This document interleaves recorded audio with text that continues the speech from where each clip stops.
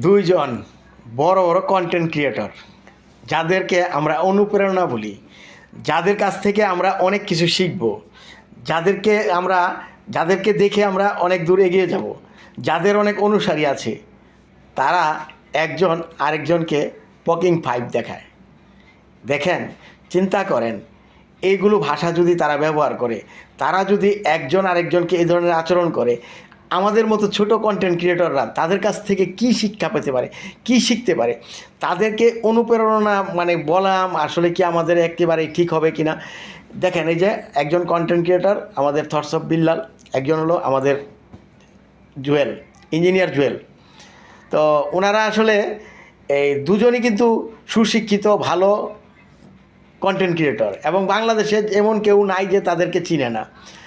তাদের আচরণটা দেখেন হিংসাত্মক। তারা একজন আরেকজনের ভালো মন্দ দেখে না, তারা একজন আরেকজনকে আক্রমণাত্মক ভঙ্গিতে কথা বলে। আসলে এই সমাজ ব্যবস্থাটা পরিবর্তন করতে হবে। কন্টেন্ট ক্রিয়েটররা যদি এইভাবে একজনের পিছে একজন লেগে থাকে, এইভাবে একজনকে একজন যদি হেয় করে কথা বলে, ছোট কন্টেন্ট ক্রিয়েটর যারা আছে তারা কি শিখবে? এটা আপনাদের কাছে আমার প্রশ্ন।